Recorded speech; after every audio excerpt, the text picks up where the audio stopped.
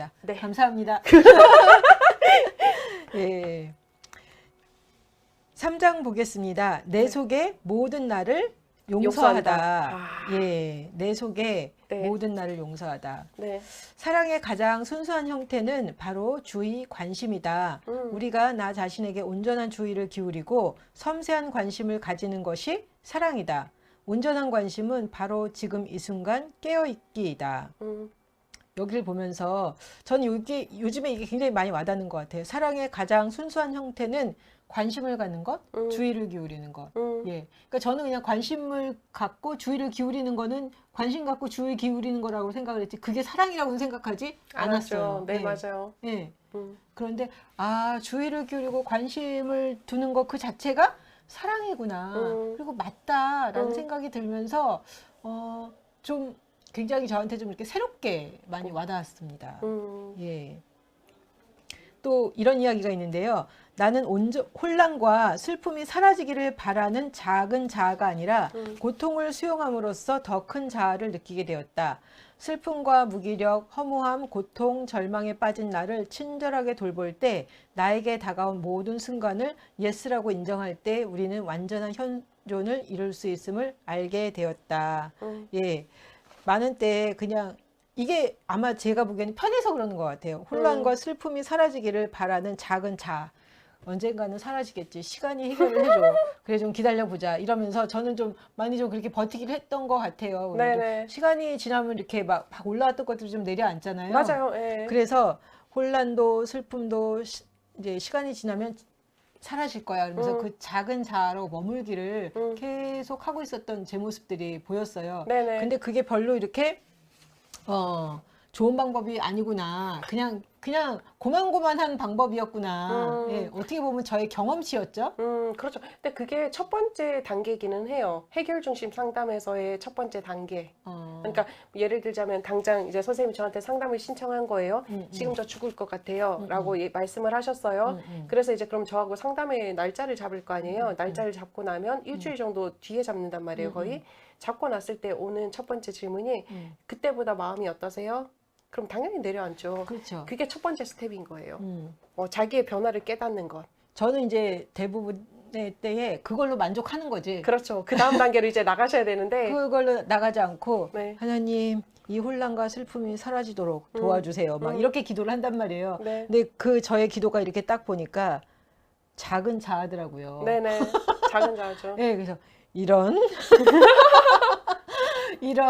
이러다가 또 이렇게 보니까 고통을 수용함으로써 더 큰 자아를 느끼게 된다. 이제는 그냥 사라지기를 바라면서 그냥 이렇게 버티는 게 아니라 그 자체를 품을 수 있는 더 큰 자아로 네네. 이렇게 나아가는 거. 네. 나한테는 이제 그게 필요하다라는 생각이 들었고요. 네. 그렇게 이제 품을 때 사실은 내 안에 고통도 혼란도 슬픔도 이렇게 훨씬 더 이렇게 좀 넉넉하게 품을 수 있잖아요. 네네. 그래서 이제는 시간이 지나면 해결되리라 이러면서 그렇게 하지 말고 이걸 다 품고 네. 그래 하나님 제가 제 안에 이 혼란, 아픔, 고통을 좀 이렇게 주의를 기울이고 보고 하나님 제가 이렇게 품어볼게요. 이 마음에 좀 여유가 조금 생기더라고요. 네네 맞아요. 예. 좋네요. 근데 이제 뭐 그래도 아픈 건 아픈 걸 거예요.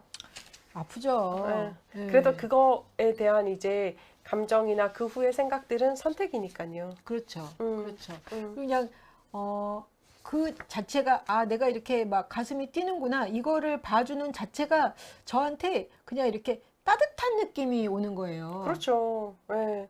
아무도 그렇게 섬세하게 봐주진 않잖아요. 왜냐면 모르니까.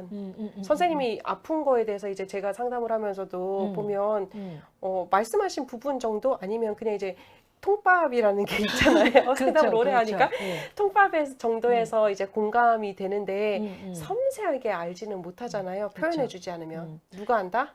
내가. 그러니까요. 그러니까 다른 사람이 나한테 이렇게 주의를 기울여줘도 내가 사랑받고 있구나라는 걸 느끼게 되잖아요. 그럼요. 그러니까 보통 이제 그걸로 많이 이렇게 채우려고 했었는데 저도 그랬죠. 근데 이제 제 자신이 이렇게 내가 이렇게 힘들어하는구나. 네. 그래서 나한테 주의를 기울이는 순간 뭐라 그러나 말씀하신 대로 조금 더 내가 왜 이렇게 힘들어하는지 조금은 더 알잖아요. 맞아요. 내가 나한테 주의를 기울여 주니까 따뜻하다라는 관심 받는다라는 느낌? 그렇죠. 예. 네, 맞아요. 그 느낌이 들어서 이거 계속 해봐야 되겠다라는 생각이 들었습니다. 네. 100페이지에 이런 이야기가 있는데요. 만약 우리가 스스로를 심판하지 않는다면 어떤 일반적인 상식을 벗어나는 행위나 습관에 빠졌을 때 마치 죄를 짓는 사람처럼 보지 않는다면 그것은 우리가 자신에게 줄 수 있는 가장 큰 선물이 될 것이다. 다른 사람에게도 나쁜 사람이라 비난하기 전에 단지 당신이 행복해지려면 이것만은 바꿔야 합니다. 라고 말해줄 수 있을 것이다. 그러한 존경과 돌봄의 분위기가 형성되면 우리는 좀 더 느슨한 가슴으로 핵심, 곧 나의 중요한 상처에 가 닿을 수 있는 공간에 한 발 들어간 셈이 된다. 왜 로마서에 그 말씀 있잖아요. 그리스도 예수 안에는 결코 정죄함이 없나니. 네. 예. 근데 왜 이렇게 많은 정죄가 그리스도인들 사이에서 일어나는지 참 저는 안타깝다라는 생각이 들어요. 그렇죠. 생각이 있으니까요. 또 판단이 있고 생각과 판단으로 말미암아 자꾸 정죄를 하는 거잖아요. 나 자신만 정죄하면 되는데. 다른 사람도 정죄하고 나도 정죄하고. 네, 맞아요. 그래서 자꾸만 이렇게 올무에 갇히는 듯한. 그래서 저는 그 생각이 들더라고요. 기독교에서 가장 중요한 거는 하나님 사랑, 이웃 사랑 아니냐. 근데 왜 그렇게 그 부차적인 문제 가지고 되네, 안 되네 계속 끊임없이 정죄를 하면서 뭐라 그러죠? 비본질적인 문제가 꼭 기독교의 어떤 대표적인 예인 것처럼 이야기를 하느냐. 하나님 사랑, 이웃 사랑 안에서 보면 그 비본질적인 문제들은 정말 작은 거 아니냐라고 이야기를 하는데 네. 자꾸만 그렇게 생각하지 않고 어떤 문제를 정치화시키고 끊임없이 이렇게 뭐 막 정죄하고 자신을 정죄하고 하는 걸 보면서 안타깝다라는 생각이 들고 우리 자신을 하나님께서 자유케 하셨는데 네. 정말 그리스도 안에 그 자유함을 누리고 살고 있는가에 대해서는 좀 의문시 될 때가 좀 있습니다. 대부분의 사람들이 자기의 생각이나 자기의 판단, 그다음에 자기의 행동에 이제 옳음을 증명하기 위해서 사실 정죄를 많이 하거든요. 타인을 정죄 많이 하고 나 자신을 정죄 많이 하는 사람들 보면 앞에 장에서 뭐라고 나와 있냐면 모든 사람들은 다 옳은 사람, 그른 사람으로 표현을 한다라는 거죠. 왜냐하면 이제 내가 하고 있는 행동, 그다음에 생각, 그다음 태도에 대해서 옳음을 증거하기 위해서라는 거죠. 정당성을 찾기 위해서. 근데 그게 이제 우리의 본질적인 모습인 거죠. 뭐 그것도 그냥 받아들여 줘야 되는 부분인 것 같아요. 그렇긴 한데 전 때로는 제가 옳은 게 중요하기도 하겠지만 그게 그렇게 중요한가라는 생각도 드는 거예요. 그렇죠. 예. 어떤 사람에게는 되게 중요하겠죠. 거기다 이렇게 뭐 목숨 걸고 막 이럴 필요가 있을까라는 생각. 맞아요. 네. 어차피 다 지나갈 건데. 근데 또 안 그런 사람들도 있으니까. 근데 그 부분조차도 사실은 우리가 그렇게 받아들여줘야 되는 부분인 거예요. 왜냐하면 우리가 이게 이렇게 중요한가라는 것도 우리의 생각과 판단이 이미 들어간 거예요. 그렇죠. 왜냐하면 이미 나한테는 안 중요하기 때문에. 근데 중요한 사람들에게는 진짜 중요한 거죠. 목숨 걸고 있으니까 저게 저렇게 목숨 걸 일이야? 뭐 이렇게 보이는 거죠. 네. 그러니까 모든 사람들은 어쨌든 네. 생각과 판단이 있으니까 어쩔 수가 없죠. 그러네요. 네. 네. 우리는 자기 내면의 거부당한 삶을 똑바로 바라보기를 두려워한다. 그 결과 진정한 자기 모습이 아닌 늘 다른 사람 눈에 비친 자기 모습을 의식한다. 사람들에게 내가 어떻게 보이는가를 바라는 그 모습이 진짜 자기인 것처럼 행세하며 살아가는 것이다. 이것이 페르소나 가면 전략이다. 어떤 이들은 평생 가면에 갇혀 살아간다. 한 인간으로 태어나 자기로 살지 못한다는 것은 불행한 일이다. 자신이 부족하다는 느낌을 감추고 회피한다면 우리가 정말 살고 싶은 삶을 살지 못하게 된다. 나의 진짜 삶이 아닌 대체된 삶에 갇히게 된다. 이 미몽 상태에서 깨어나야만 비로소 자유로워진다. 그리고 지금 여기 있는 것, 즉 지금까지 외면하고 우리가 두려워했던 것들을 우리 몸 안에서 친절한 자각으로 끌어안을 때 우리는 나로 살아갈 수 있다. 자신이 온전한 존재라는 사실을 깨닫지 못하는 한 우리는 진짜 사는 것이 아니다. 라고 이야기를 하고 있습니다. 네. 자기 내면의 거부당한 삶을 똑바로 바라보기를 두려워한다. 네. 그래서 많은 사람들이 자기 자신을 보는 거를 되게 힘들어하고 그렇죠. 두려워하고. 네. 예. 알고 있음에도 사실 인정하고 싶지 않은 부분인 거죠. 그쵸.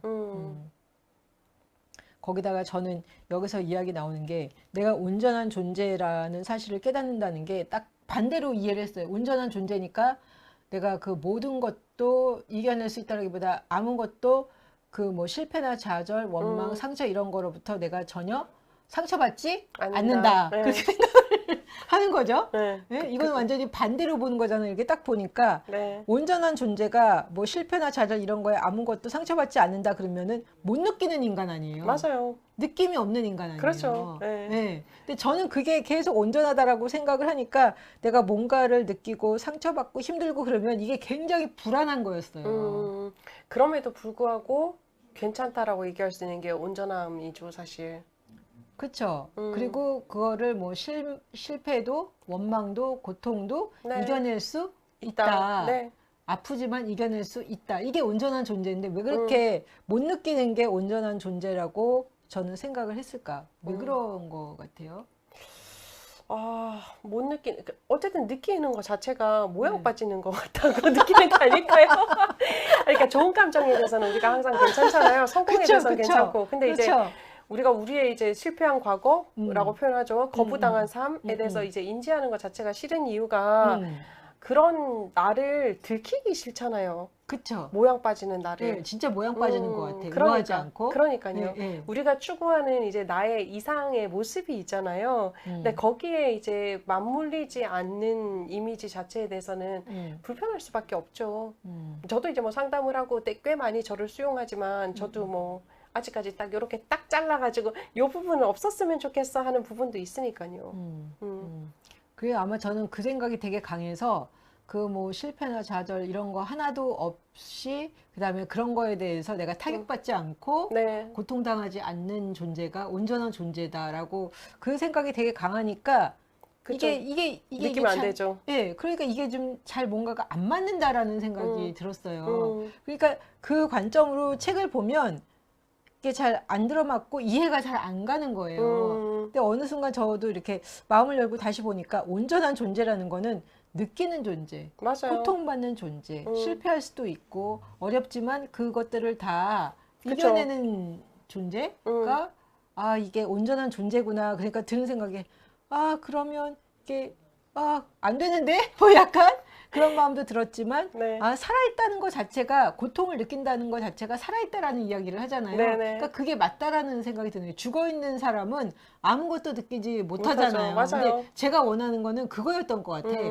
맞아요. 네. 그래야지 좀 더 나는 다른 사람을 위해서 살아가기 적합하다라고 생각했을 수도 있고요. 뭐 그랬을 수도 있고 느낀다는 것 자체가 저한테는 되게 고통이고 힘들고 그래서 느끼고 싶지 않았던 것 같아요. 맞아요. 예. 근데 잘 생각해 봐야 되는 게 우리가 조금 더 한층 나가서 우리는 아버지 자리로 가야 되는 사람들이니까 보면 나 자신을 그렇게 느껴주지 않는 사람은 타인도 사실 잘 못 느끼는 거예요. 맞아요. 제가 예전에 맞아요. 이제 되게 그 존경하는 김기성 목사님이라고 계세요. 그분 설교를 듣는데 그분이 그 얘기를 하시더라고요. 지금은 너무 멋떨어지시게 생기시고 그렇게 말씀도 하시고 그러시는데 이분이 어렸을 때 너무 힘들게 사셨다는 거예요. 시골에서 올라와서 너무 힘들게 살다 보니까 목사님이 설교 중에 그 얘기를 하시더라고요. 되게 따뜻하신 분이시거든요. 근데 나는 내가 너무 어렵다 보니까 요즘에 교인들이 와서 힘들다라고 하는 것 웬만해서는 공감이 되지 않는다고. 그런 자신을 발견하고 나서 자기가 되게 깜짝 놀랐다라는 얘기를 한번 하셨거든요. 근데 우리가 생각해 봐야 될 부분인 거죠. 내가 완전해 혹은 내가 온전해 라는 거를 추구하기 위해서 눌렀던 모든 감정들 나는 잘 살아가게 했었을지 모르지만 나와 관계하는 타인에 대해서는 우리가 또 똑같이 했었을 거라는 거죠. 한 친구가 저한테 그런 얘기를 했어요. 그러니까 그러더라고. 그러니까 나는 내 안에 어떤 그런 갈등들 이렇게 막 이렇게 막 흔들리는 이런 모습들 그 고통받는 이런 거에 대해서 이제 이야기를 했더니 나는 너쯤 되면 다 해결되는 줄 알았다. 어허. 그래가지고 아니 해결 안 되더라고. 죽을 때까지 이럴 것 같아. 그럼요. 근데 사실 그 얘기하면서 약간 좀 모양 빠지기는 하는데 그게 나의 현실인 것 같다. 네. 예. 좋은 그 인정이셨네요. 옛날에는 그런 소리 들으면 존심 팍 상했을 것 같아요. 네. 근데 에휴 뭐 다 해결이 되면 좋겠지만 그게 그렇게 되는 게 아니더라. 네. 여행이니까요. 예. 여행은 끊임이 예. 없잖아요. 네. 네. 예. 그래서 약간 그걸 받아들면서도 이게 약간 부들부들 떠는 거예요. 그런 네. 제 모습을 인정하는 것 자체가 사실은 저도 쉽지는 않죠. 않은 거였죠. 그렇죠. 예. 그래도 좋은 인정하셨네요. 예. 부들부들 떨면서 예. 좋네요.